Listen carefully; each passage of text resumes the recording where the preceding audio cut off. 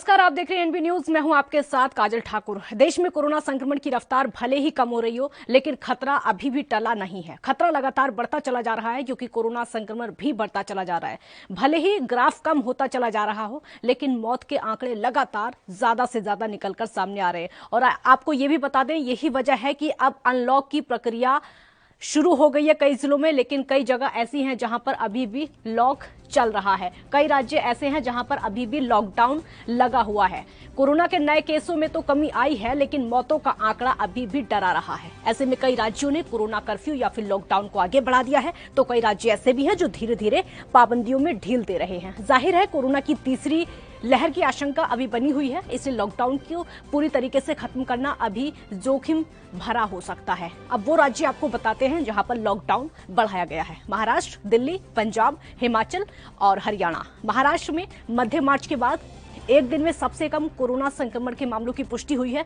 स्वास्थ्य विभाग के आंकड़ों के मुताबिक राज्य में पिछले 24 घंटों के दौरान 18,600 नए कोरोना के मामले सामने आए और 402 लोगों की मौत हो गई। राज्य में कोरोना के मामलों में भले ही थोड़ी गिरावट देखी जा रही है, लेकिन सरकार अभी ज्यादा ढील देने के मूड में नहीं है। मुख्यमंत्री उद्धव ठाकरे ने महाराष्ट्र में जारी कोरोना लॉकडाउन को 15 जून तक के लिए बढ़ा दिया है। सीएम ने कहा कि सख्त लॉकडाउन की जरूरत है, लेकिन कुछ जिलों में संक्रमण का जो दर है अभी तेजी से बढ़ रहा है। उन्होंने कहा कि अभी भी स्थितियां काबू में नहीं आई हैं। हालांकि उन्होंने इस बात का जिक्र किया कि वो बड़े शहरों जैसे कि मुंबई में कोरोना संक्रमण के मामले कम हो रहे हैं। देश की राजधानी दिल्ली में 7 जून तक लॉकडाउन की पाबंदियां बढ़ाई गई हैं। पंजाब में कोरोना कर्फ्यू को 10 जून तक बढ़ा दिया गया है। हिमाचल और हरियाणा में कोरोना कर्फ्यू या फिर लॉकडाउन 7 जून तक रहेगा। हालांकि आवश्यक वस्तुओं की जो दुकानें हैं वो खुली रहेंगी। हरियाणा, हिमाचल और चंडीगढ़ में दुकानों को 5 घंटे खोलने की राहत दी गई है, अनुमति दे दी गई है। पश्चिम बंगाल में 15 जून तक कोरोना संबंधी प्रतिबंध लागू रहेंगे। राजस्थान और झारखंड में भी ऐसी पाबंदियां हैं। अशोक गहलोत ने राजस्थान में 8 जून तक लॉकडाउन लागू रहने का आदेश दिया है और वहीं सीएम हेमंत सोरेन ने झारखंड में 3 जून तक के लॉकडाउन लागू रखने की घोषणा की है।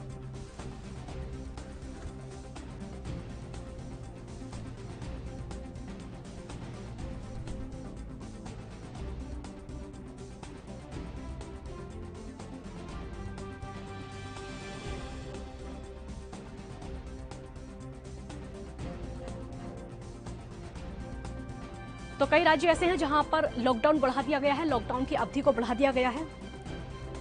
दिल्ली में 7 जून तक लॉकडाउन की पाबंदी और कुछ राज्य ऐसे हैं अलग अलग तारीखों का ऐलान किया गया है। पंजाब में 10 जून तक लॉकडाउन को बढ़ा दिया गया है। पश्चिम बंगाल में 15 जून तक जो लॉकडाउन की पाबंदियां हैं वो लगातार बरकरार रहेंगी।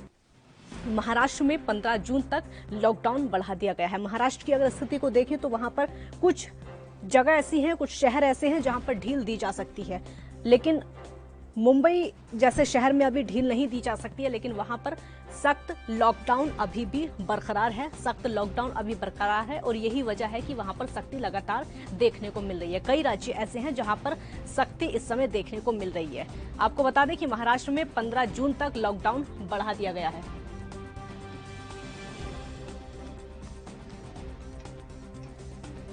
महाराष्ट्र में 15 जून तक लॉकडाउन बढ़ा दिया गया है। उसके अलावा भी कई राज्य ऐसे हैं जहां पाबंदियां देखने को मिल रही हैं। पंजाब में 10 जून तक बढ़ा दिया गया है, बंगाल में 15 जून तक।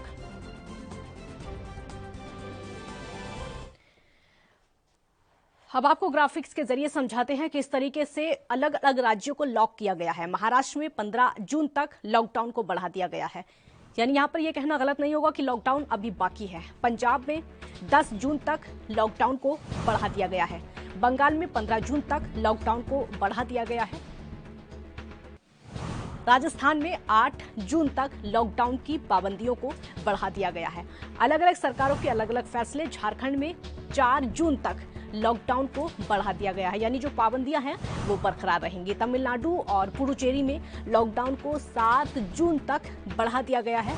ये पाबंदियां जारी रहेंगी। केरल में कुछ छूट के साथ लॉकडाउन को आगे बढ़ाया गया है। कर्नाटक में 7 जून तक लॉकडाउन रखने का आदेश दिया गया है।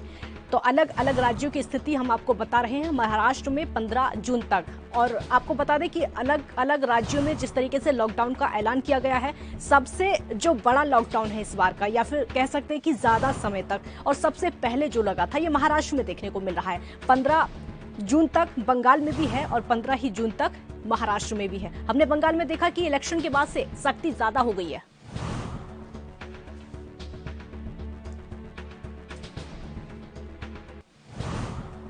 कई राज्य ऐसे हैं जहां पर 1-2 दिन का लॉकडाउन बढ़ाया गया है या फिर 5 दिन का लॉकडाउन बढ़ा दिया गया है। केरल की अगर बात करें तो वहां पर कुछ जगह पर छूट दी गई है, लेकिन कुछ जगह पर अभी सख्त लॉकडाउन है। और ऐसा ही जो हाल है वो महाराष्ट्र में भी है। महाराष्ट्र में भी कुछ जगह ऐसी हैं जहां पर सख्ती है, लेकिन कुछ जगह ऐसी हैं जहां पर वीकेंड कर्फ्यू लगा हुआ है या फिर थोड़ी बहुत पाबंदियां हैं दुकानें खोलने की, थोड़ी बहुत इजाजत भी दे दी गई है। अगर उत्तर प्रदेश की बात करें तो उत्तर प्रदेश में लॉकडाउन को तो बढ़ाया गया है, लेकिन वहां पर भी कुछ ढील दी गई है जहां पर केसेस कम है।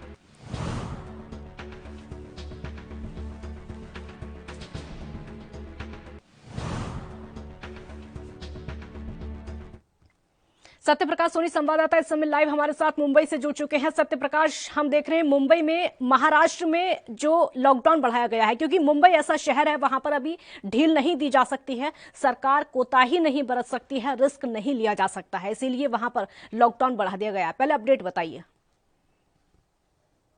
जी काजल, देखिए जिस तरह से मुंबई सहित पूरे महाराष्ट्र में लगातार कोरोना मरीजों की संख्या देश के अन्य राज्यों की संख्या से करीब 90% ज्यादा थी, उसको लेकर महाराष्ट्र सरकार ने एक बार फिर से 15 दिनों के लिए लॉकडाउन को बढ़ा दिया। हालांकि इसमें तमाम रियायतें भी दी गई है। जिस तरह से शुरुआती दौर में महाराष्ट्र के मुख्यमंत्री उद्धव ठाकरे ने कहा था कि दुकानें सुबह 7 बजे से लेकर 11 बजे तक खुलेंगी, लेकिन अब दुकानें सुबह 7 से लेकर 2 बजे तक खुली रहेंगी। वहीं दूसरी तरफ यह भी छूट दी गई है कि जो एसेंशियल दुकानें थी उन्हीं को खोला गया था, लेकिन अब सभी दुकानें 2 बजे तक खुली रहेंगी। ऐसा इस तरह के जरूर प्रावधान किया, लेकिन महाराष्ट्र के मुख्यमंत्री उद्धव ठाकरे ने यह भी कहा है कि कोरोना कम हुआ है, कोरोना खत्म नहीं हुआ है, लिहाजा एक बार फिर से मुंबई को 15 दिनों के लिए लॉकडाउन में रहना होगा। तमाम जो पाबंदियां है वो चलती रहेंगी, लेकिन जिस तरह से यह भी बताया है कि अगर 20% पॉजिटिव रेट से ज्यादा अगर कहीं कोरोना संक्रमण पाया जाता है तो उस जिले को पूरी तरह से लॉक कर दिया जाएगा, यानी कि आप उस जिले से बाहर नहीं जा सकते हैं, सिर्फ एसेंशियल चीजों के नाम पर। या ये कहा जा सकता है कि जो महाराष्ट्र की सरकार है ढील देने के मूड में बिल्कुल नहीं है, क्योंकि हमने देखा था सबसे पहले देश में जो सख्ती देखी गई वो महाराष्ट्र में देखी गई। सबसे ज्यादा जो कोरोना केसेस देखे गए वो महाराष्ट्र में देखे गए। चाहे पहली लहर की बात हो, कोरोना की शुरुआत ही एक तरीके से वहां से हुई। दूसरी लहर की बात हम ले लें, दूसरी लहर में भी हमने देखा सबसे ज्यादा केसेस महाराष्ट्र में थे, दिल्ली से भी ज्यादा बुरा हाल महाराष्ट्र में था। तो अभी इन पाबंदियों को देखते हुए लग नहीं रहा कि वहां की सरकार थोड़ी सी भी ढिलाई देने के मूड में अभी है। जी काजल, देखिए जिस तरह से पिछले दौर में देखा गया था, जब कोरोना की पहली लहर आई थी तो थोड़ी बहुत ढिलाई दी गई थी। उसका नतीजा ये रहा कि कोरोना की दूसरी लहर में लगातार संक्रमण बढ़ते गया और जो संक्रमण की रेट थी वो बढ़ते गया, लिहाजा लोगों की मौत भी बढ़ी है। उसको लेकर महाराष्ट्र सरकार एहतियातन पहले ही कह चुकी है कि जिस तरह से WHO स्वास्थ्य विभाग ने कहा है कि आने वाले समय में तीसरी लहर काफी भयावह हो सकती है, जिसमें खासकर छोटे बच्चों को खतरा हो सकता है। उसको लेकर महाराष्ट्र सरकार एहतियातन पहले ये कदम उठा रही है कि अगर लॉकडाउन लगा रहेगा तो जो तीसरी लहर का संक्रमण होगा वो कम होगा। जो बच्चों के ऊपर राहत का काम चल रहा है, चिल्ड्रन टास्क फोर्स बनाया गया, वो कहीं न कहीं अपनी भूमिका में अग्रणी रहेगा। इस तमाम बातों को लेकर महाराष्ट्र सरकार पूरी तरह से मुस्तैद होना चाहती है। हालांकि महाराष्ट्र सरकार ये भी कह रही है कि आर्थिक स्थिति मुंबई महाराष्ट्र की बिल्कुल खराब हो चुकी है, लेकिन उससे निजात पाने के लिए हम दूसरी भी तमाम व्यवस्थाएं करेंगे। लिहाजा दुकानों को इसीलिए 2 बजे खोला गया कि लोगों की जीविका में ज्यादा कुछ असर न पड़े। इसको लेकर महाराष्ट्र सरकार भी पूरी तरह से मुस्तैद है। यहाँ पर एक चीज और आपसे समझनी होगी कि मुंबई का हाल हमने देख लिया, मुंबई का हाल बहुत ज्यादा बुरा है। वहां पर पाबंदियां लगी भी हैं, उसके बावजूद भी मार्केट में जिस तरीके से हालात देखने को मिलते हैं, भीड़ लगातार है, लोग बाजारों में खड़े हुए हैं और लंबी लंबी कतारें हमने कई जगह पर लगी हुई देखी हैं। मतलब मानने को तैयार बिल्कुल नहीं है, लापरवाही लगातार बढ़ती जा रही है। मुंबई में सबसे ज्यादा लापरवाही है। क्या महाराष्ट्र में कुछ इलाके ऐसे हैं जहां पर सरकार ढील देने के मूड में है, जहां पर केसेस भी कम आ रहे हों और लोग लॉकडाउन के नियमों का पालन भी कर रहे हो? जी काजल, देखिए जिस तरह से कल देर शाम महाराष्ट्र सरकार ने कहा कि जहां पर पॉजिटिव रेट 20% से ज्यादा रहेगा वहां पर पूरी तरह से कड़ी पाबंदियां रहेंगी। उससे नीचे अगर जहां रहेगा वहां पर वहां के कलेक्टर को जो आदेश किया गया है कि थोड़ी बहुत रियायतें दे। ऐसे में लगातार ये निगरानी रखी जा रही है कि किस इलाके में, किस जिले में जो है कोरोना की जो रफ्तार है, कोरोना का जो संक्रमण है वो ज्यादा है। उस जिले के ऊपर महाराष्ट्र सरकार और स्वास्थ्य विभाग की लगातार नजर रहेगी। लेकिन जिस जिलों में इस तरह की स्थिति नहीं है, उन जिलों में काफी कुछ छूट दिया जाएगा। वैक्सीन को हम देख रहे हैं कि वैक्सीनेशन किस तरीके से चल रहा है। कई जगह ऐसी हैं जहां पर वैक्सीन पूरी तरीके से खत्म हो चुकी है। अगर हम देश की राजधानी को देख लें तो वहां पर तो हालात बहुत ज्यादा खराब हैं, क्योंकि केंद्र सरकार से मांगने की कोशिश तो की जा रही, लेकिन वैक्सीन मिल नहीं पा रही है। महाराष्ट्र ने पहले वैक्सीन मांगी थी क्योंकि वहां पर कमी हुई थी, वैक्सीन दे दी गई थी। उससे पहले ऑक्सीजन मांगी थी, ऑक्सीजन भी वहां पर दे दी गई थी। वहां पर पूरी तरीके से वैक्सीन और ऑक्सीजन दी गई है। इस समय क्या हालात हैं? वैक्सीन, वो जो टीकाकरण है पूरी तरीके से लग रहा है, क्योंकि वहां अलग अलग अभियान भी चलाए गए हैं। अभियान यह है कि लोगों को घरों में टीके लगाए जा रहे हैं। जी काजल, देखिए महाराष्ट्र सरकार की यह पहल है कि ज्यादा से ज्यादा लोगों को वैक्सीनेशन किया जाए। लिहाजा जिस तरह से लगातार वैक्सीन की कमी देखी जा रही है, उसको लेकर महाराष्ट्र सरकार ने थोड़े थोड़े संख्या में लोगों को वैक्सीन दिया है, जिससे लोगों को सुगमता से मिल सके। हालांकि केंद्र सरकार ने जिस तरह से जिम्मेदारी ली है कि 45 से एवं मतलब 45 के ऊपर की जो वैक्सीनेशन का काम होगा वो केंद्र सरकार देखेगी, और वहीं 18 से लेकर 44 साल तक जो उम्र वाले हैं, महाराष्ट्र में करीब 6 करोड़ है, उनकी जिम्मेदारी महाराष्ट्र सरकार की होगी। इस तरह की बातें महाराष्ट्र सरकार ने कही है। लेकिन जिस तरह से लगातार वैक्सीन की कमी देखी जा रही है, उसको लेकर महाराष्ट्र सरकार पूरी कोशिश कर रही है। हालांकि उद्धव ठाकरे ने यह भी कहा है कि जून के महीने तक, मतलब मिड जून तक, यानी कि 15 जून तक वैक्सीन की उपलब्धता हो जाएगी। तो जो वैक्सीन का काम जो है युद्ध स्तर पर किया जाएगा, जल्द से जल्द मुंबई करों को वैक्सीन दे दिया जाएगा। आपका इस पूरी जानकारी के लिए। तो महाराष्ट्र में जिस तरीके के हालात हैं उसको देखकर लग ये रहा है कि अभी सरकार ढिलाई देने के मूड में बिल्कुल भी नजर नहीं आ रही है। सरकार बिल्कुल भी ढिलाई देने के मूड में नजर नहीं आ रही है।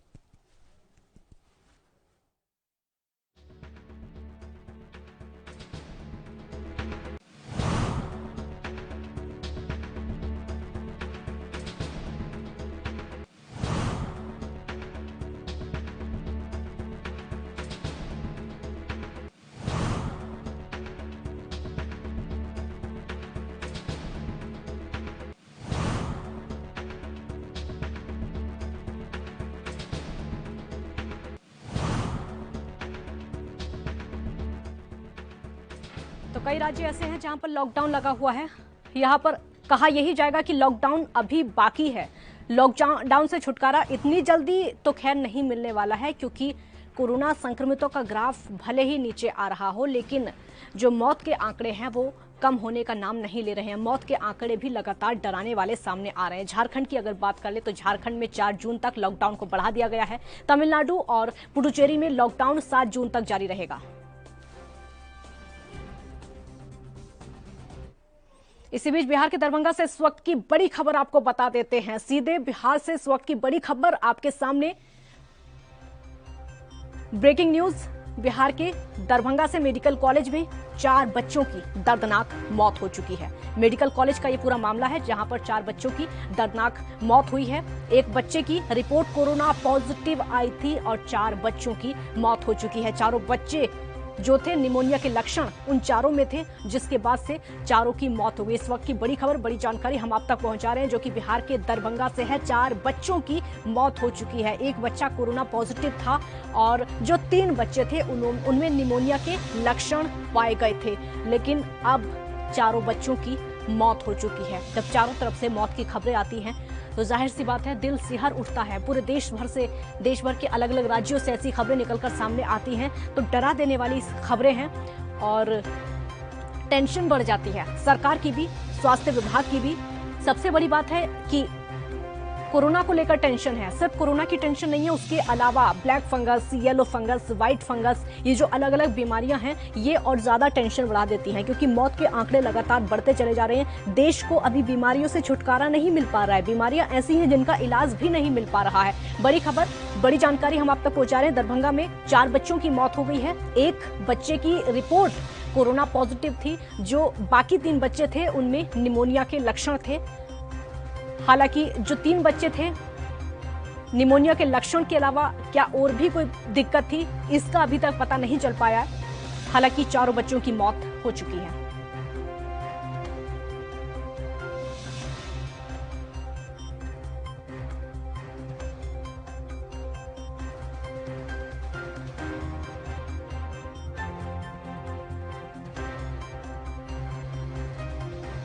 अलग अलग लॉकडाउन की प्रक्रिया देखने को मिल रही है। अलग अलग राज्यों में जिस तरीके से पाबंदियां लगातार बढ़ती चली जा रही है, छूट देने के मूड में अभी राज्यों की सरकारें दिखाई नहीं दे रही है। महाराष्ट्र में भी 15 जून तक के लिए लॉकडाउन बढ़ा दिया गया है। उसके अलावा पंजाब में 10 जून तक के लिए लॉकडाउन बढ़ा दिया गया है। तमिलनाडु और पुडुचेरी में लॉकडाउन 7 जून तक जारी रहेगा। केरल में कुछ छूट के साथ लॉकडाउन बढ़ा दिया गया है। कर्नाटक में 7 जून तक लॉकडाउन का फैसला, और आंध्र प्रदेश की अगर बात कर लें तो वहां पर भी सख्ती बढ़ा दी गई है। आंध्र प्रदेश में तिरुपति और पूरे चित्तूर जिले में कोरोना कर्फ्यू सख्त है। आंध्र प्रदेश में 1 से 15 जून तक लॉकडाउन सख्त है। तेलंगाना में 10 दिनों के लिए लॉकडाउन बढ़ा दिया गया है। मिजोरम की राजधानी आइजोल में 6 जून तक के लिए लॉकडाउन बढ़ा दिया गया है। लॉकडाउन जारी रहेगा। और आपको ये बता दें कि मेघालय के ईस्ट खासी हिल जिले में 7 जून तक लॉकडाउन जारी रहेगा। ये हम आपको अलग अलग आंकड़े बता रहे हैं, जिस तरीके से लॉकडाउन की प्रक्रिया अलग अलग सरकारों की तरफ से जारी की गई है। कैसे कैसे लॉकडाउन अलग अलग राज्यों में है, राज्य सरकारों का फैसला है, क्योंकि इस बार केंद्र की सरकार ने जो फैसला छोड़ा है वो राज्यों पर फैसला छोड़ा है। राज्य सरकारें अपने तरीके से अलग अलग तरीके से लॉकडाउन लगा रही है। राहत नहीं मिल पा रही है भले ही, उसी के चलते अब लॉकडाउन की प्रक्रिया को और ज्यादा आगे बढ़ाया जा रहा है।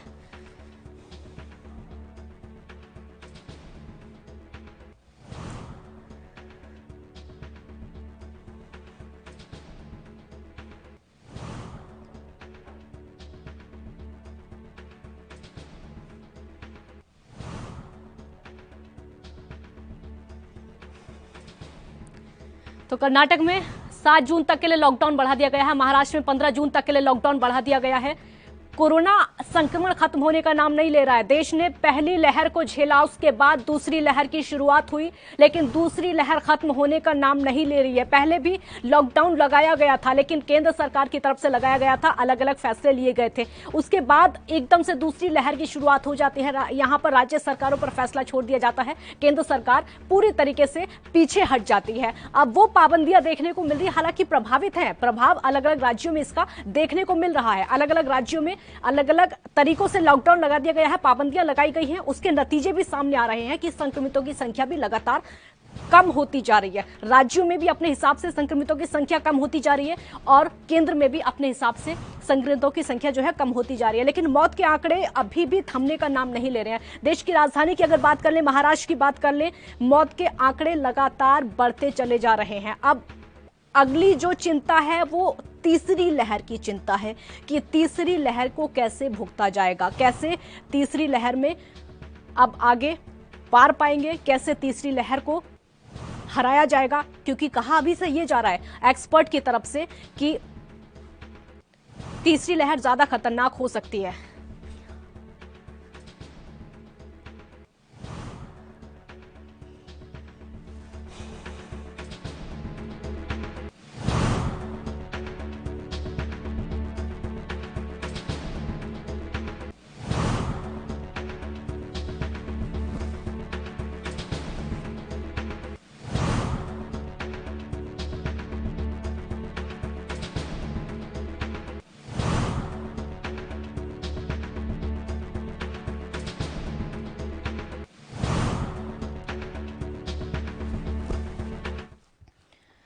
राजीव तिवारी दिल्ली से संवाददाता हमारे साथ जुड़ चुके हैं, और रिंकू हमारे साथ मथुरा से इस समय जुड़ चुके हैं। राजीव, पहला सवाल आपसे होगा, क्योंकि दिल्ली में लॉकडाउन को बढ़ा दिया गया है, पाबंदियां और ज्यादा, भले ही थोड़ी बहुत छूट दी गई है, लेकिन पाबंदियां ज्यादा हैं।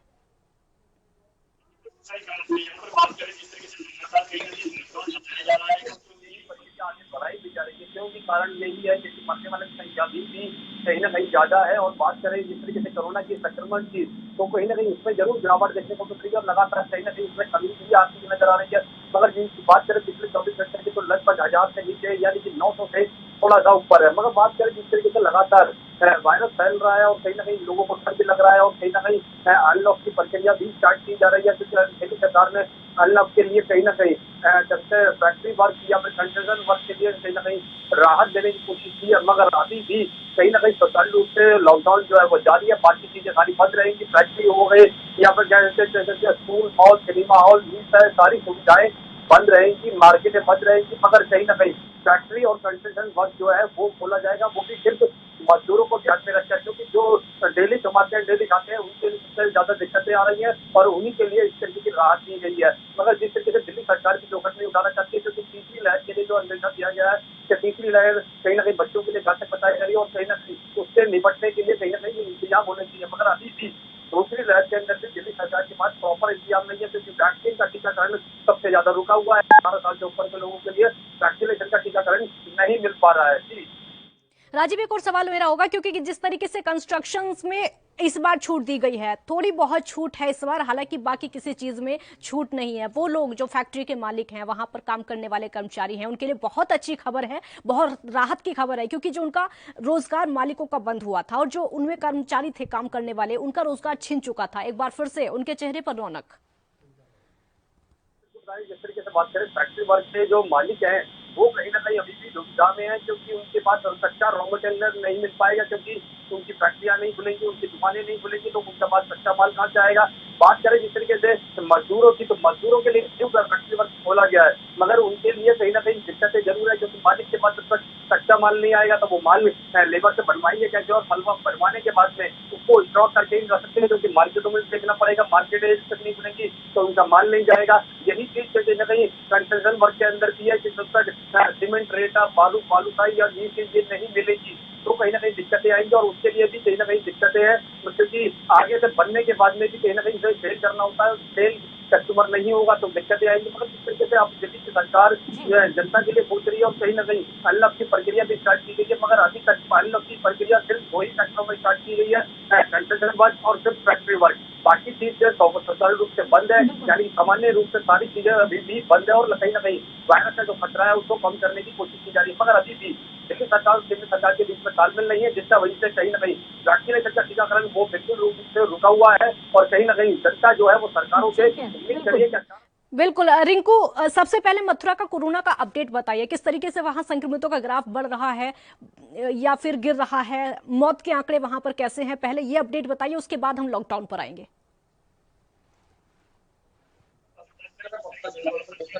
जी उसको इसका ग्राफ एकदम जो बढ़ा था मथुरा जनपद में, उसको प्रशासन कामयाब होता हुआ नजर आया है, क्योंकि अब मथुरा जनपद में एक्टिव केसों की संख्या भी कम होती जा रही है, जिसमें मौतों का आंकड़ा करीब 300 के पार भी हो चुका है, और अब एक्टिव केसों की संख्या केवल 300 के करीब रह चुकी है मथुरा जनपद। जिस तरह मथुरा जनपद में प्रशासन के द्वारा जो व्यवस्था की गई थी उसको देखते हुए प्रशासन उसमें कामयाब होता हुआ नजर आ रहा है, क्योंकि मथुरा जनपद में कोरोना अब धीमी गति से चल रहा है, क्योंकि जिस तरह जांचें कराई जा रही हैं स्वास्थ्य विभाग के द्वारा, जिस तरह प्रशासन के द्वारा, जिस तरह उत्तर प्रदेश के मुख्यमंत्री योगी आदित्यनाथ के द्वारा जो आदेश दिए गए थे उसका पालन करते हुए मथुरा प्रशासन और स्वास्थ्य विभाग इस समय, जिससे मथुरा जनपद वासियों के लिए राहत बड़ी खबर है, क्योंकि मथुरा में अब एक्टिव केसों की संख्या कम होती नजर आ रही है। जी उत्तर प्रदेश की सरकार का भी यही है कि अभी ढील बरतने के मूड में नहीं है। हालांकि सरकार का ये कहना है कि थोड़ी बहुत रियायतें हम दे देंगे, लेकिन कुछ जिले अभी भी ऐसे हैं जहां पर सख्त लॉकडाउन है। जी मैं आपको बता दूं, जिस तरह उत्तर प्रदेश के मुख्यमंत्री योगी आदित्यनाथ के द्वारा जो गाइडलाइंस जारी की गई हैं, जो 7 से 7 बजे तक जो बाजार खोला हुआ है और नाइट कर्फ्यू लगाया गया है, उसको देखते हुए कुछ जिले उत्तर प्रदेश में ऐसे हैं जहां अभी छूट नहीं दी गई है, जहां करीब 600 से जो वो कम वाले जो उत्तर जिले हैं वहाँ सरकार के द्वारा छूट भी दी जा रही है, जिसके लिए व्यापारियों में भी खुशी देखी जा रही है। जिस तरह व्यापारियों का जो कारोबार जो इतने दिन से कोरोना महामारी के दौरान बंद था, उसको देखते हुए जो सरकार ने जो फैसला लिया है, और जो जिस तरह मथुरा जनपद में जिस तरह अधिकारियों और स्वास्थ्य विभाग के द्वारा जो निर्णय लिया जा रहा है, उसको देखते हुए अब मथुरा जनपद के लिए भी राहत बड़ी खबर है। जी राजीव, जिस तरीके की स्थिति इस समय दिल्ली में हम देख पा रहे हैं, जैसी स्थिति इस समय हम देख पा रहे हैं, लोग वहां के परेशान हैं। हालांकि लॉकडाउन अगर लगा रहे तो परिस्थितियां और ज्यादा सामान्य हो जाएंगी, जाहिर सी बात है और सबको पता है, लेकिन जो दिहाड़ी मजदूर हैं उनका सोचना बहुत जरूरी है, उनके लिए रियायतें होनी बहुत ज्यादा जरूरी है। क्या लग रहा है ये जो इस हफ्ते का लॉकडाउन है, इस लॉकडाउन को जो बढ़ा दिया गया है, अगले हफ्ते जब ये खत्म होगा तो रियायतें मिल सकती हैं, थोड़ी बहुत छूट मिल सकती है, या फिर पूरी तरीके से खत्म किया जा सकता है?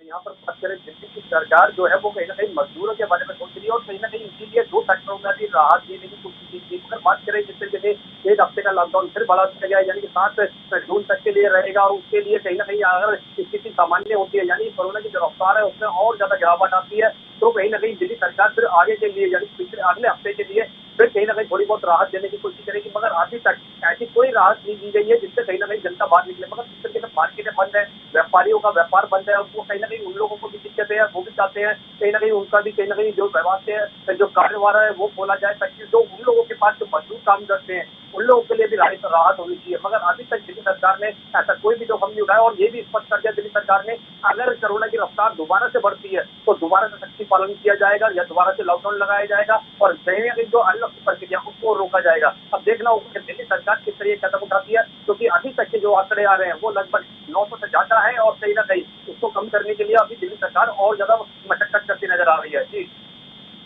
लॉकडाउन की स्थिति एक तरफ है, लेकिन एक और मेरा सवाल होगा आपसे जो कि उत्तर प्रदेश की स्थिति को लेकर होगा। उत्तर प्रदेश में इस समय जैसी स्थिति है, हम देख रहे हैं कि नदियों में शवों को बहाया जा रहा है। आज ही मैं उन्नाव की तस्वीरें देख रही थी, वहां सैकड़ों शव इस समय नदी के किनारे दफन किए गए हैं। इससे पहले हम देख चुके हैं, प्रयागराज की तस्वीरें देख चुके हैं, कई तस्वीरें हम देख चुके हैं। वो डराने वाली तस्वीरें होती हैं, जो भी उनको देखता है दिल सिहर उठता है। उत्तर प्रदेश से ऐसी तस्वीरें निकलकर सामने आती हैं। रिंकू, आवाज सुन पा रहे मेरी? लगता पहुंच पा रही है। बहुत शुक्रिया आप दोनों का हमारे साथ जुड़ने के लिए। तो जिस तरीके के हालात हो चुके हैं बहुत ज्यादा डराने वाले हैं, और यही वजह है कि कई राज्यों की सरकारें लॉकडाउन का फैसला ले चुकी हैं। आगे के लिए लॉकडाउन बढ़ा दिया गया है। अगर लॉकडाउन बढ़ता रहेगा तो उसी तरीके से जो चेन है कोरोना की उसको तोड़ा जा सकेगा। एक छोटा सा ब्रेक यहां पर लेते हैं, जल्द हाजिर होंगे।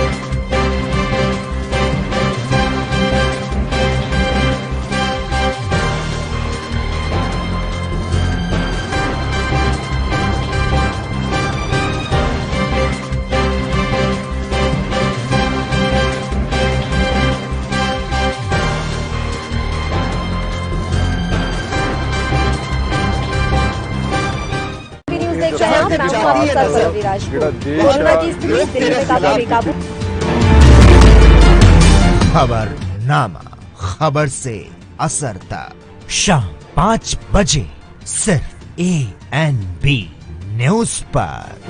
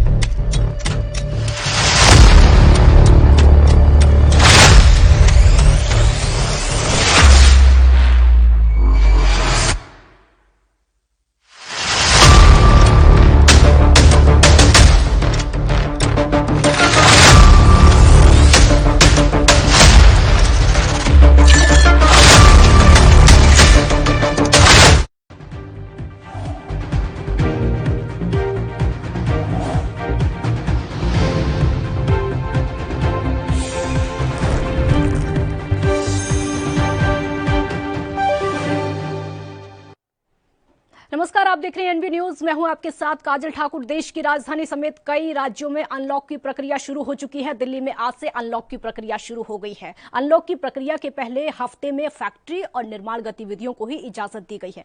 हालांकि दिल्ली मेट्रो इस हफ्ते बंद रहेगी। गैर जरूरी सेवाओं के लिए कर्फ्यू पहले की तरह 7 जून सुबह 5 बजे तक के लिए जारी रहेगा। फैक्ट्री और निर्माण गतिविधियों से जुड़े लोगों के लिए ई पास लेना जरूरी है। कर्मचारियों और मजदूरों के लिए उनके एम्प्लॉयर, कॉन्ट्रैक्टर, मालिकों को ई पास के लिए अप्लाई करना होगा।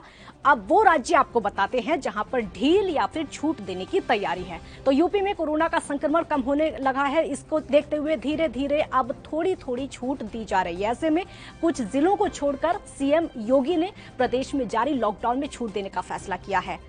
लॉकडाउन में ये ढील 1 जून से लागू होगी और इसके तहत प्रदेश में शनिवार रविवार को छोड़कर हफ्ते में 5 दिन दुकानें खुलेंगी। हालांकि 600 से ज्यादा कोरोना के एक्टिव केस वाले जिलों में किसी भी तरीके की छूट नहीं दी जाएगी। पूरे प्रदेश में नाइट कर्फ्यू जारी रहेगा और वहीं मध्य प्रदेश में 1 जून से अनलॉक की प्रक्रिया शुरू होगी। यहां पर अब पॉजिटिविटी रेट जो है उसी के आधार पर कोरोना कर्फ्यू या फिर प्रतिबंध के नियम तय होंगे। 5 से ज्यादा संक्रमण वाले और 5 से कम संक्रमण वाले जिलों के लिए अनलॉक की अलग अलग गाइडलाइंस रहेगी और जम्मू कश्मीर में 31 मई से यानी आज से अनलॉक की प्रक्रिया शुरू हो है। और आपको यह भी बता दें कि आउटडोर मार्केट और एरिया रोटेशन बेस पर खुलेंगे। सार्वजनिक परिवहन 50% क्षमता के साथ खुलेंगे। 3 दिनों के लिए सैलून की दुकानें, पार्लर खुलेंगे और 3 दिनों तक शराब की दुकानें खुलेंगी। 25% क्षमता के इंडोर मॉल खुलेंगे। रेस्टोरेंट केवल होम डिलीवरी के लिए होंगे। वीकेंड कर्फ्यू जम्मू कश्मीर के सभी 20 जिलों में लागू रहेगा।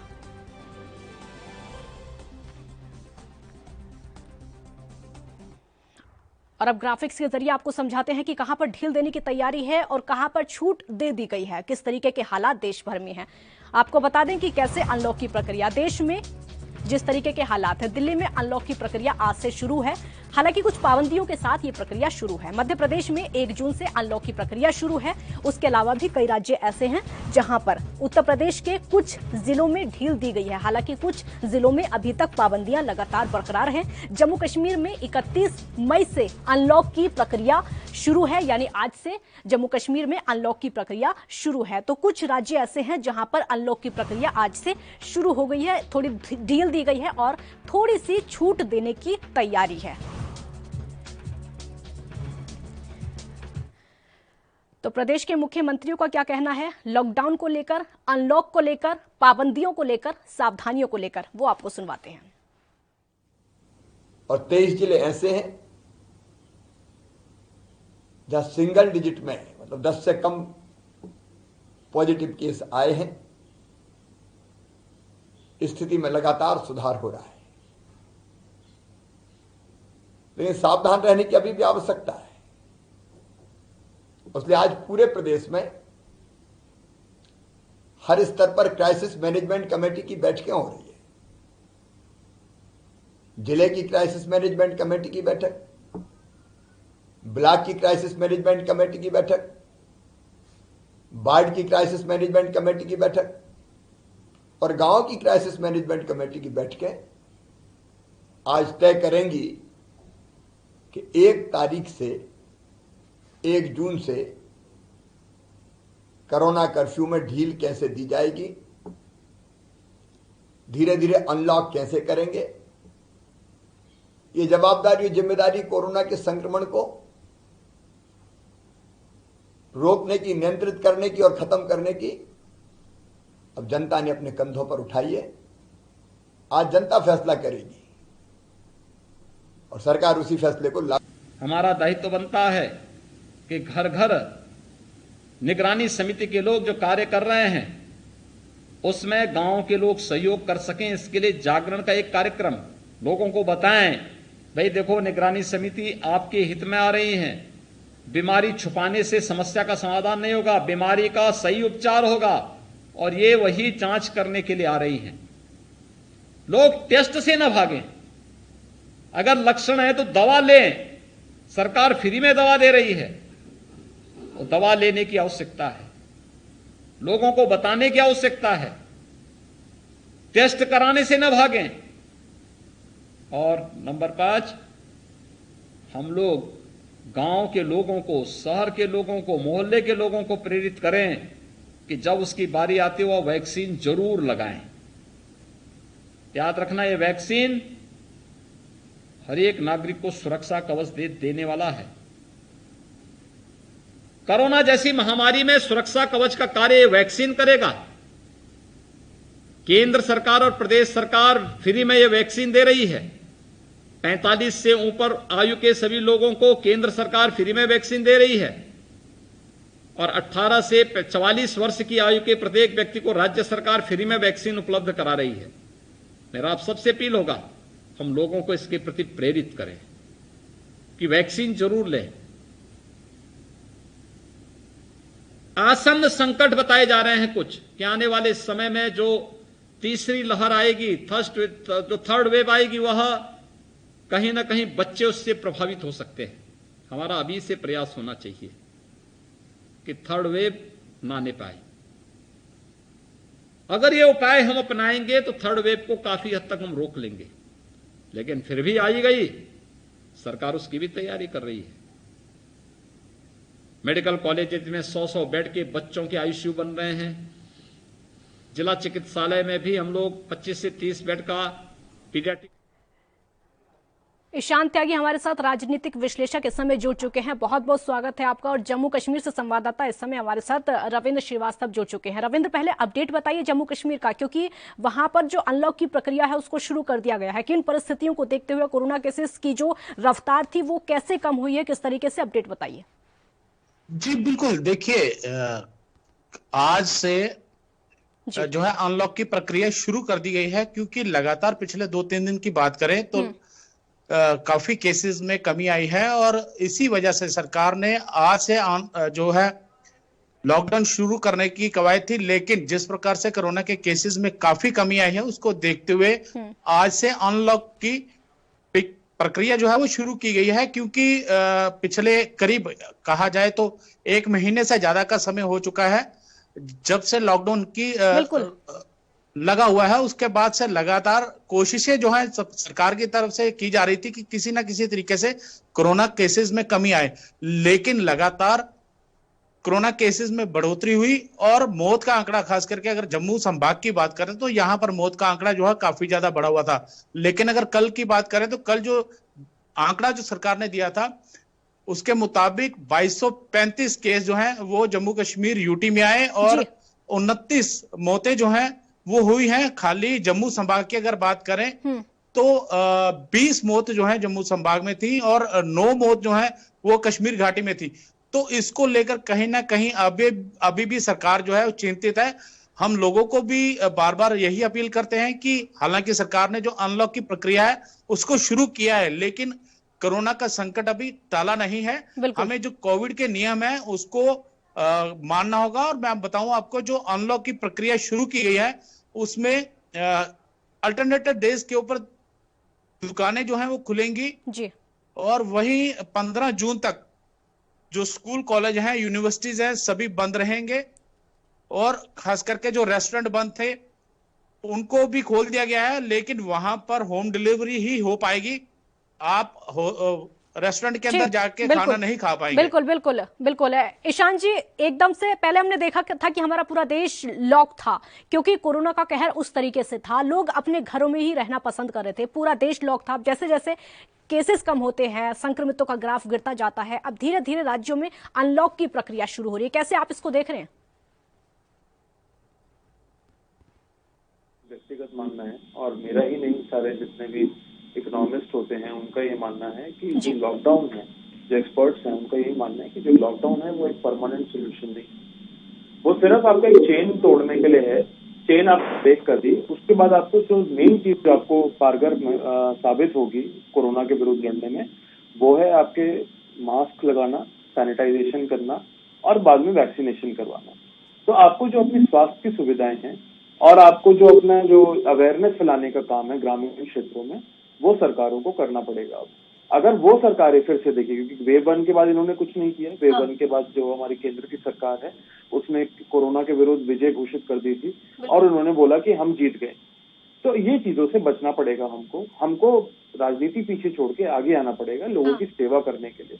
सेवा आप कर सकते हैं ऐसे कि आप गाँव में जाइए, क्योंकि देखिए मास्क लगाना एक बिहेवियरल चेंज है, वो आप किसी के व्यक्तित्व में चेंज ला रहे हैं, वो किसी रोजमर्रा की जिंदगी में चेंज ला रहे हैं कि आप रोज मास्क ला के घूमिए।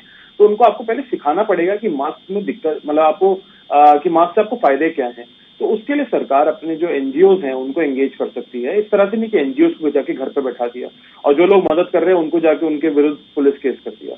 तो सरकार को ये समझना पड़ेगा कि पहले वो लोगों में अवेयरनेस फैलाएं। अवेयरनेस जब तक नहीं फैलाएंगे तब तक लोग अपने चेहरे पे मास्क नहीं लगाएंगे। वो डर से 1-2 दिन लगा लेंगे, उसके बाद नहीं लगाएंगे, क्योंकि मास्क लगाना सबसे जरूरी है। दूसरी चीज इसमें ये आती है कि सरकार को वैक्सीनेशन प्रोग्राम पे फोकस करना चाहिए। मुझे लगता है कि मेरे ख्याल से अभी हम योगी जी को सुन रहे थे, योगी जी बोल रहे थे free vaccine free vaccine free vaccine.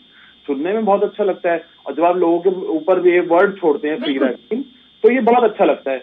लेकिन फ्री वैक्सीन में आप कम से कम वैक्सीन तो होनी चाहिए ना काजल जी। जब तक वैक्सीन की डोज नहीं होगी आपके पास, तब तक आप फ्री वैक्सीन का प्रचार प्रसार करके यही लोगों को बेवकूफ बनाते रहेंगे। तो पहले सरकार को वैक्सीन का बड़ी खबर बता देते, रोकूंगी इस वक्त की बड़ी खबर सीधे बंगाल से सामने आ रही है। पश्चिम बंगाल से इस वक्त की ब्रेकिंग न्यूज आपके सामने। मुख्य सचिव को दिल्ली बुलाए जाने का मामला, क्योंकि ये प्रधानमंत्री के दौरे से भी जुड़ा हुआ है। सीएम ममता ने पीएम को पत्र लिखा है इस बाबत, क्योंकि मुख्य सचिव को दिल्ली बुलाए जाने की बात कही गई थी। केंद्र का आदेश एक तरफा है, ये ममता बनर्जी की तरफ से कहा गया है कि केंद्र का आदेश एक तरफा है, राज्य सरकार से पहले कोई बातचीत नहीं हुई इस बारे में, मुख्य सचिव को बुलाए जाने के बारे में। अब ये मामला जो है लगातार तूल पकड़ता जा रहा है। मुख्य सचिव को दिल्ली बुलाए जाने का मामला, आपको ये बता दें कि जब पश्चिम बंगाल के दौरे पर प्रधानमंत्री मोदी गए थे, वहां पर यास प्रभावित इलाकों का दौरा करने के लिए पहुंचे थे। उस समय ममता बनर्जी प्रधानमंत्री की मीटिंग में नहीं पहुंची थी, आधे घंटे तक इंतजार उनको कराया गया था। जब ममता बनर्जी से इस बारे में पूछा जाता है तो उनका साफ तौर पर कहना है कि इंतजार प्रधानमंत्री ने नहीं किया, बल्कि उन्होंने खुद प्रधानमंत्री का इंतजार किया है। और इसी बात को लेकर मुख्य सचिव को अब दिल्ली बुलाए जाने की बात कही गई। अपमान बीजेपी के वालों की तरफ से कहा जा रहा था कि प्रधानमंत्री का अपमान वहां पर किया गया है, लेकिन अब ममता बनर्जी ने चिट्ठी लिखी है प्रधानमंत्री को। साफ तौर पर कहा गया है कि यह केंद्र का एक तरफा फैसला है, यानी यहां पर राज्य की नहीं सुनी जा रही है, सिर्फ केंद्र अपना फैसला सुना रहा है। ये ममता बनर्जी का आरोप सीधे, और उनका साफ कहना है कि राज्य सरकार से पहले इस बारे में कोई बातचीत नहीं हुई है। बातचीत होनी चाहिए, उसके बाद ही कोई फैसला लिया जाना चाहिए।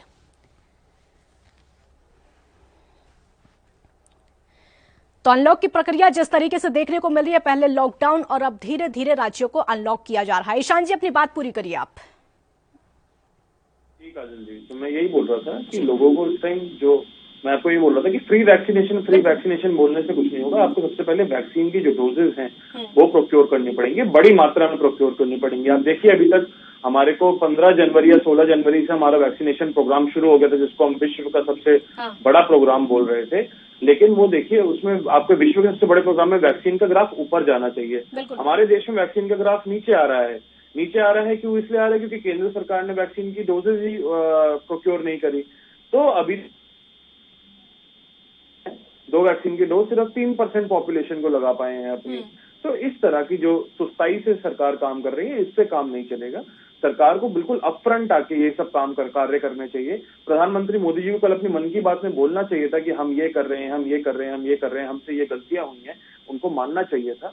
और दूसरी चीज, मैं ममता बनर्जी जी की आपने बीच में स्टोरी चलाई, उस पर भी लोगों को जानना जरूरी है।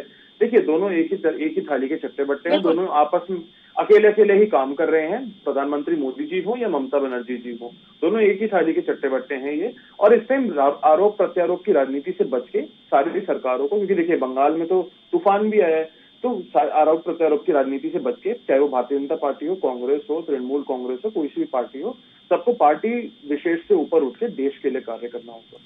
ठीक है रविंद्र, अगला सवाल मेरा आपसे होगा, जो अनलॉक की प्रक्रिया की शुरुआत हो रही है, क्या पूरे जम्मू कश्मीर में अनलॉक देखने को मिलेगा, या फिर कुछ जगह भी ऐसी होंगी, आती हूँ आपके पास, क्या या फिर कुछ जगह भी ऐसी होंगी जहां पर कुछ पाबंदियां ही हमें देखने को मिलेंगी?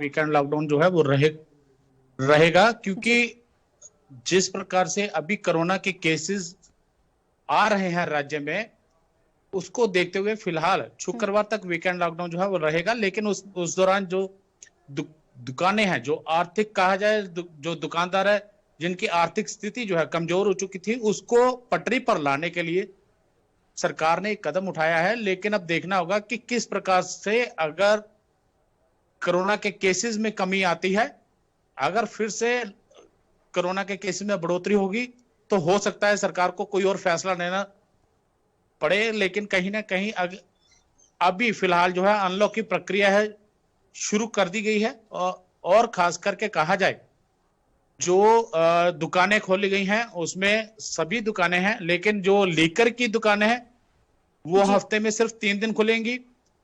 जिम बंद रहेंगे, स्पा बंद रहेंगे, स्विमिंग पूल बंद रहेंगे, स्कूल, कॉलेज और शैक्षणिक संस्थान जितने भी हैं वो बंद रहेंगे। तो कहीं ना कहीं सरकार एक तरफ से पहल कर रही है, लेकिन हम लोगों को भी समझना होगा, क्योंकि जिस प्रकार से कोरोना के केसेस में फिलहाल कमी आई है, उसको देखते हुए अनलॉक की प्रक्रिया शुरू की गई है। लेकिन घाटी की अगर बात करें तो घाटी में अभी भी मामले जो हैं काफी तेजी से बढ़ रहे हैं। तभी वहां पर कुछ इलाके हैं जिनको ऑरेंज जोन में रखा गया है। ठीक है ईशान जी, हम देख रहे हैं कि अब अनलॉक की प्रक्रिया शुरू होगी। ठीक है, सरकारों को लगता ऐसा है, चाहे किसी भी राज्य की सरकार हो, अब अनलॉक जहां जहां पर शुरू हो रहा है उनको ऐसा लगता है कि लॉकडाउन जो हमने लगाया वो बहुत ज्यादा प्रभावी रहा, अब अनलॉक कर दिया जाए। जो हमने घरों में लोगों को कैद किया था अब घरों से बाहर भेज दिया जाए, क्योंकि सवाल रोजगार का भी होता है, रोटी का भी होता है और दिनचर्या का भी होता है।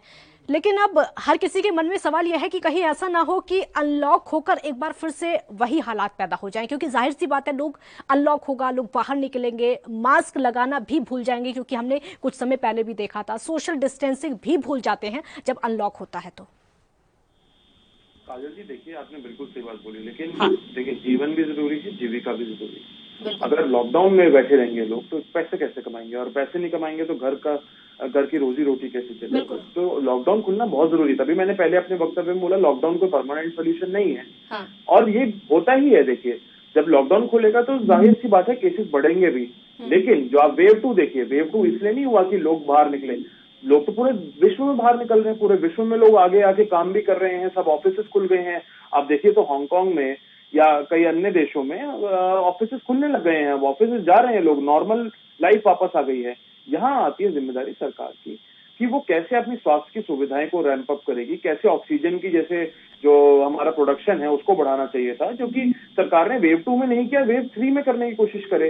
अगर वेव 3 आती है और सरकार के जो प्रिंसिपल साइंटिफिक एडवाइजर हैं वो बोल रहे हैं कि वेव 3 आएगी, तो उसके लिए आप लोगों को घर में कैद ना करके आप उनके जो स्वास्थ्य की सुविधाएं हैं, चाहे वो राज्य सरकार करे या केंद्र सरकार करे, वो सब उनको करना चाहिए। क्योंकि देखिए लॉकडाउन तो खुलेगा ही खुलेगा, जब तक लॉकडाउन नहीं खुलेगा लोगों की जीविका पे बहुत असर पड़ेगा और लोग गरीब पे गरीब होते जा रहे हैं। मैं अभी एक रिसर्च पढ़ रहा था, उसके हिसाब से 97% जो भारतीय लोग हैं वो लॉकडाउन के बाद और गरीब हो गए हैं, चाहे वो थोड़े गरीब हो, कई लोगों का रोजगार चला गया है। और ये सब चीजें हमें देखनी पड़ेंगी, सरकारों को ये देखना पड़ेगा कि कैसे वो आगे जाके इसकी तैयारी करेंगे। दूसरी चीज, रविंदर जी अभी बहुत अच्छी बात बोल रहे थे कि जम्मू कश्मीर में खुल रहा है काफी कुछ, तो रविंदर जी क्योंकि वो जम्मू कश्मीर से आपके संवाददाता है, उनको उससे मुझसे ज्यादा पता होगा, तो उनसे ये भी पूछ लीजिए कि किस तरह से इंटरनेट की फैसिलिटी रिस्टोर करेगी सरकार। क्योंकि मैं कल एक लद्दाख का वीडियो देख रहा था जहाँ पे जो बच्चे हैं वो स्कूली बच्चे, उनको बड़ी दिक्कत आ रही है इंटरनेट की कमी से,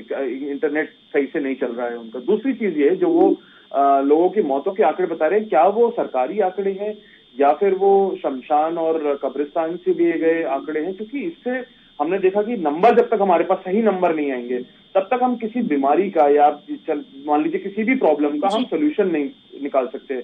उसकी तैयारी के लिए हमें पता तो होना चाहिए कि वो जो प्रॉब्लम है वो बड़ी कितनी है।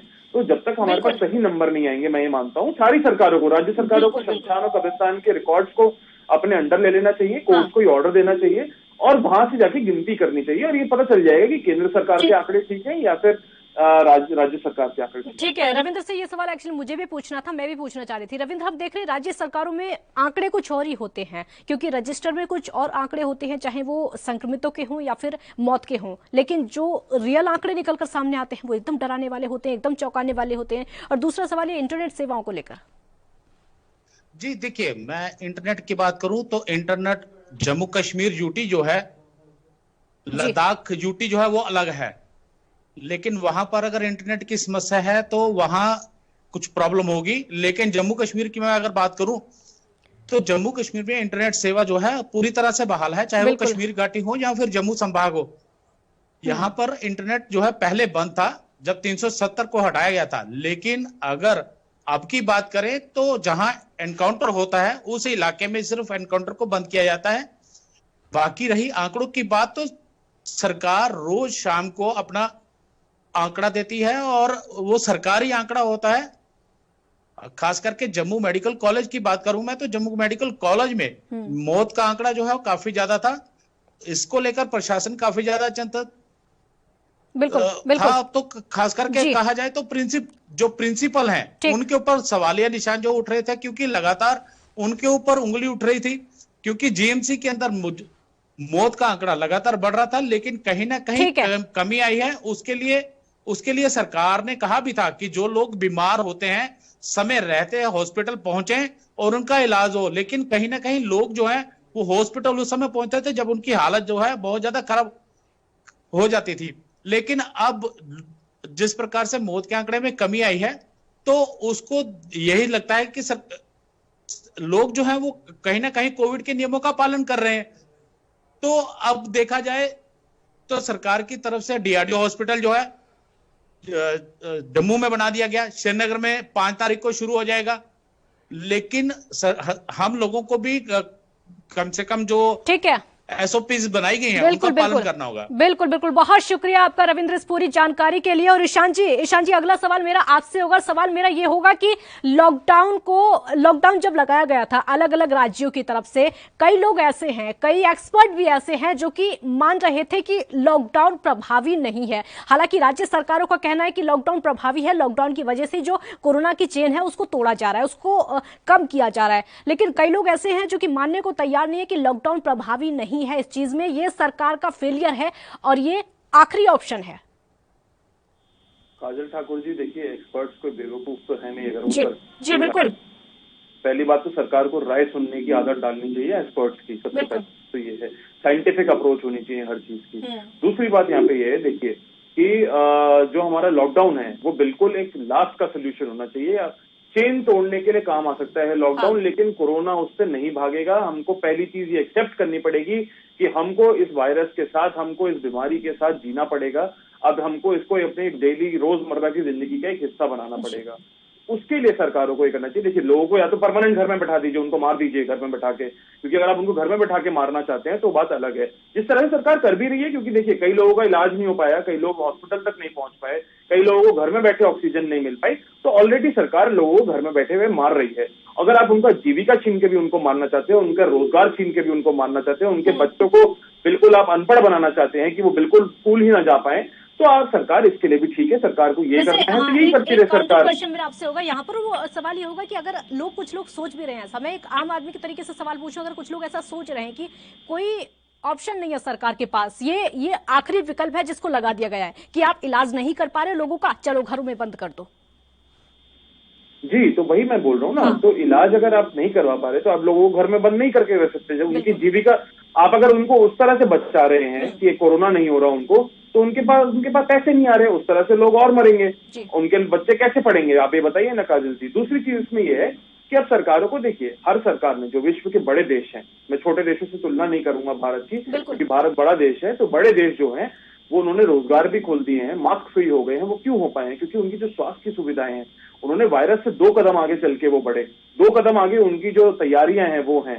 तो जब तक सरकार की 2 कदम आगे तैयारियां नहीं होंगी, जब तक वो स्वास्थ्य की सुविधाओं पे, ऑक्सीजन की सप्लाई पे, बेसिक मेडिसिन पे, कोविड की वैक्सीनेशन पे जब तक फोकस नहीं करेगी सरकार, वैक्सीनेशन से मेरा मतलब ये नहीं कि बाहर से मंगवा लेना, तब तक मैन्युफैक्चरिंग पे फोकस नहीं करेगी, तब तक इसी तरह से तीसरी वेव भी आएगी, और तीसरी वेव से हम जब निकलेंगे तो चौथी वेव भी आएगी, और इसी तरह से देश के लोग परेशान होते रहेंगे इस सरकार के नीचे। बिल्कुल बिल्कुल। और ईशान जी, एक चीज और मैं यहाँ पर ऐड करूंगी, जब हमारे यहाँ सरकार के भी प्रवक्ता आते हैं, जब बीजेपी के प्रवक्ता होते हैं, उनसे हम सवाल करते हैं, तो अगर हम उनसे सवाल ये किया जाता है, हम विदेशों का और जो एग्जाम्पल है उनके सामने पेश करते हैं कि उस देश में ऐसा हुआ है, उस देश में कोरोना खत्म हो चुका है, कितनी जल्दी वैक्सीनेशन हुआ है, कितनी जल्दी लोगों को वहां पर वैक्सीनेट किया गया है, तो उन लोगों का जो जवाब होता है बीजेपी प्रवक्ताओं का, उनका ये होता है कि उस देश की आबादी कम है इसीलिए वैक्सीनेशन जल्दी हो गया, उस देश की आबादी कम है इसीलिए वहां पर कोरोना जल्दी खत्म हो गया। लेकिन जहां तक मुझे लगता है, ये मेरा पर्सनल ओपिनियन है कि इस जवाब में कोई तथ्य नहीं है, और मेरी जो एक्सपर्ट से बातें होती है उनका भी यही कहना है कि इसमें कोई भी तथ्य नहीं है। अगर छोटी आबादी है तो आप छोटे हिसाब से चलिए, अगर आपके देश की आबादी ज्यादा है तो आपको इंतजाम उतने हाई लेवल के करने ही पड़ेंगे, एक्सक्यूज नहीं दे सकते। काजल जी, बिल्कुल ठीक बात है, ये आपका बिल्कुल सही पर्सनल ओपिनियन जो आपका वो बिल्कुल सही है, मेरा भी यही पर्सनल ओपिनियन है।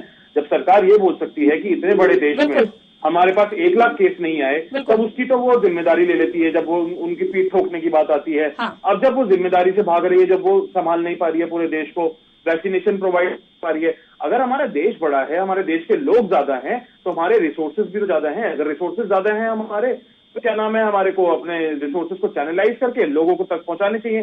क्या प्रधानमंत्री मोदी कम लोगों, जो कम पॉपुलेशन है, कम जनसंख्या के प्रधानमंत्री हैं, या फिर वो 135-138 करोड़ लोगों के प्रधानमंत्री, सबके प्रधानमंत्री है ना। तीसरी चीज, मैं एक बस आखिरी चीज, इसके बाद मैं विराम लूंगा, कि देखिए आप ये फोटो देख लीजिए मेरे फोन में, दूसरे फोन में, किस तरह से, देखिए ये आप देख लीजिए कौन सी पार्टी के लोग हैं, आप शायद रंग से ही पहचान जाएंगे। इस पार्टी के लोगों को देखिए, कितने लोग, इतना भारी है वो खाने का जो पैकेट है, इतना भारी है कि 6 लोग उसको उठा के घूम रहे हैं। तो इस तरह की मार्केटिंग हो रही है, सिर्फ मार्केटिंग में ना फंसे लोग। बिल्कुल बिल्कुल आऊंगी आपके पास, ईशान जी आऊंगी आपके पास। हमारे साथ इस समय विजय त्रिपाठी संवाददाता रीवा से इस समय जुड़ चुके हैं। विजय, कैसे हालात है वहां पर, क्योंकि मध्य प्रदेश में अगर हम बात करें तो वहां पर अनलॉक की प्रक्रिया जो है उसकी तैयारी पूरी तरीके से हो चुकी है। अगर बात की जाए मध्य प्रदेश के रीवा जिले की, तो रीवा जिले में जिस तरह से केस इस समय पे कम हो रहे हैं, वह एक सोचने वाली बात हो चुकी है, क्योंकि अचानक पहले रीवा जिले का जो संक्रमण का लेवल था वो बढ़ रहा था, लेकिन धीरे धीरे करके अब कम हो रहा है। और अभी बीते दिन जो बुलेटिन जारी की गई थी उसके हिसाब से सिर्फ 18 केस मिले हैं रीवा जिले में, और अभी तक रीवा जिले में 400 के लगभग एक्टिव केस बताए जा रहे हैं।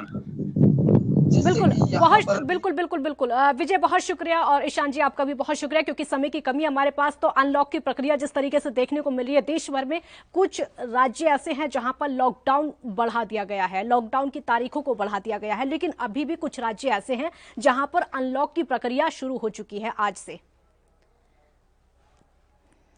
और इसी बीच दिल्ली से इस वक्त की बड़ी खबर आपको बता देते हैं। इस वक्त की ब्रेकिंग न्यूज देश की राजधानी दिल्ली से आपके सामने। सेंट्रल विस्टा निर्माण पर दिल्ली हाईकोर्ट में सुनवाई। सेंट्रल विस्टा को लेकर लगातार बवाल मचा हुआ है। सेंट्रल विस्टा निर्माण पर रोक लगाने की अर्जी पर आज सुनवाई, क्योंकि रोक लगाने की मांग लगातार इस बात को लेकर विपक्ष कर रहा है। हाईकोर्ट ने 1 लाख के जुर्माने के साथ अर्जी खारिज कर दी है। प्रोजेक्ट को जबरन रोकने की अर्जी दी गई थी कि इस प्रोजेक्ट को रोका जाए, लेकिन इसको खारिज कर दिया गया है। सेंट्रल विस्टा को लेकर देश भर में बवाल मचा हुआ। विपक्षी पार्टियां लगातार चाहती हैं कि उसको रोका जाए, कोरोना काल में उसके निर्माण को भी रोका जाए, लेकिन मोदी सरकार लगातार चाहती है कि सेंट्रल विस्टा के निर्माण को और ज्यादा आगे आया जाए। अगर विपक्षी पार्टियों की बात करें तो कांग्रेस सबसे आगे है सेंट्रल विस्टा के निर्माण का विरोध करने के लिए, क्योंकि कांग्रेस साफ तौर पर कह रही है कि इसको रोका जाए। अभी देश में जरूरत नहीं है सेंट्रल विस्टा के निर्माण की। हाईकोर्ट में उस याचिका पर आज सुनवाई हुई जो रोक लगाने वाली याचिका थी, लेकिन इसमें जब सुनवाई हुई तो हाईकोर्ट का साफ तौर पर कहना है कि इसको खारिज कर दिया जाता है। सेंट्रल विस्टा निर्माण पर जो रोक लगाने वाली याचिका आज उसको खारिज कर दिया गया है। हाईकोर्ट ने 1 लाख के जुर्माने के साथ अर्जी खारिज की है। 1 लाख रुपए का जुर्माना भी याचिकाकर्ता पर लगाया गया है। जिसने वो याचिका लगाई थी उस पर 1 लाख रुपए का जुर्माना लगाया गया है। मोदी सरकार चाहती है कि सेंट्रल विस्टा के निर्माण को आगे बढ़ाया जाए ताकि उसको भी उपलब्धियों में शामिल किया जा सके। हालांकि उपलब्धियां पहले ही शामिल हो चुकी है, लेकिन विपक्ष लगातार सेंट्रल विस्टा निर्माण को लेकर विरोध कर रहा है और इसी को लेकर याचिका लगाई गई थी।